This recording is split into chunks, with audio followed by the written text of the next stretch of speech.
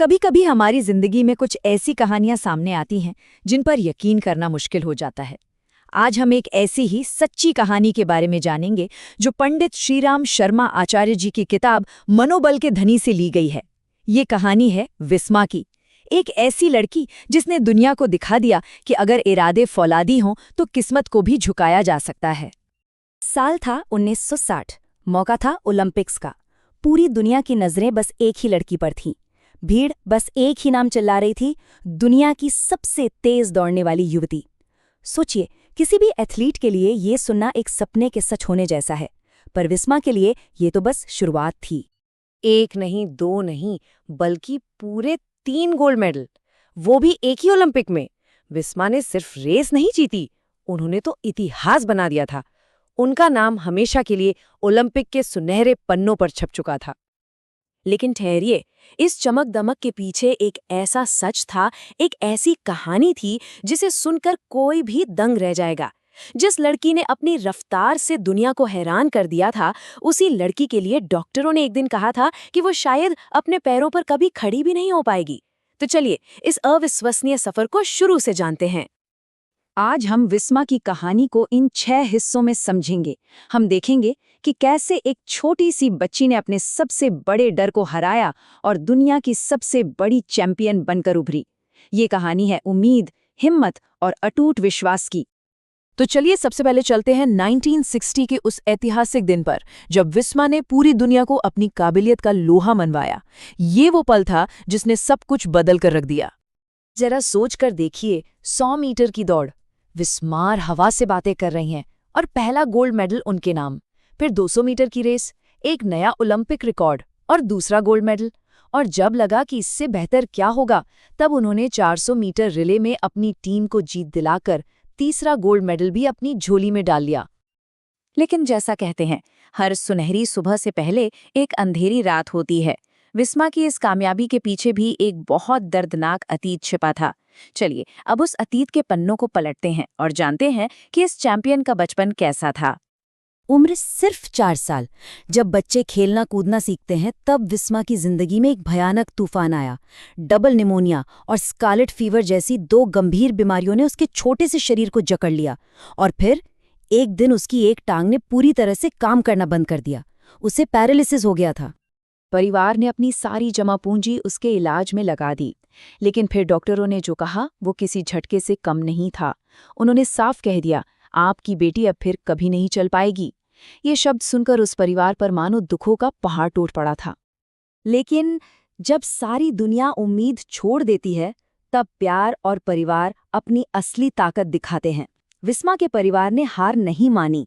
उन्होंने ठान लिया था कि वो अपनी बेटी को उसके पैरों पर दोबारा खड़ा करके ही रहेंगे। और यहीं से जगी उम्मीद की पहली किरण। 40 मील रोज, क्या आप सोच सकते हैं?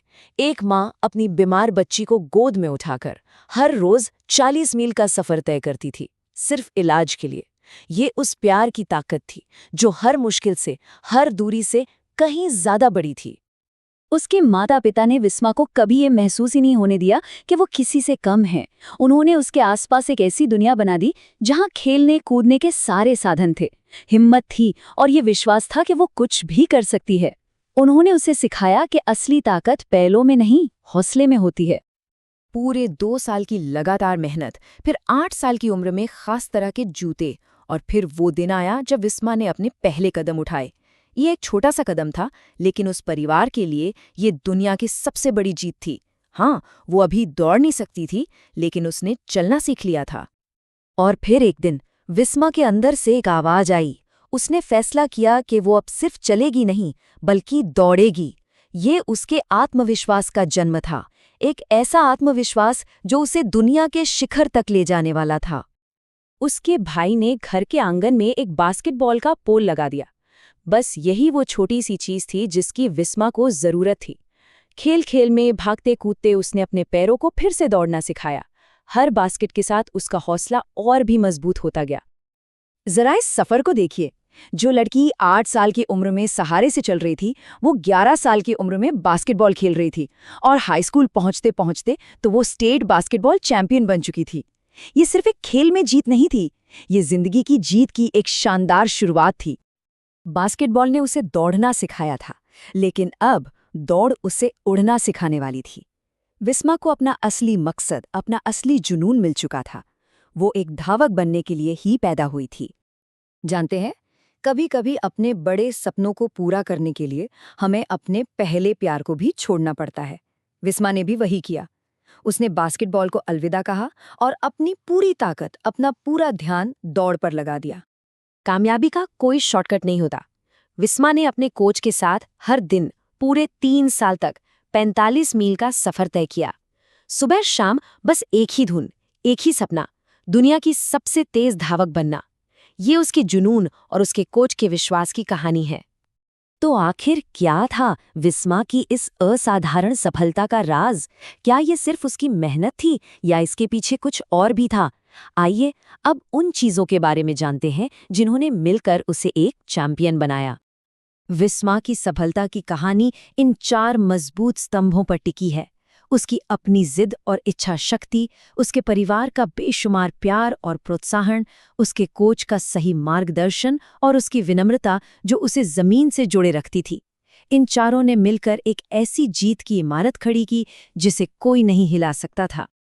और आखिर में विस्मा की कहानी हमें यही सिखाती है कि दुनिया की सबसे बड़ी दौलत पैसा या जायदाद नहीं, बल्कि परिवार से मिले संस्कार, लगन और हिम्मत है।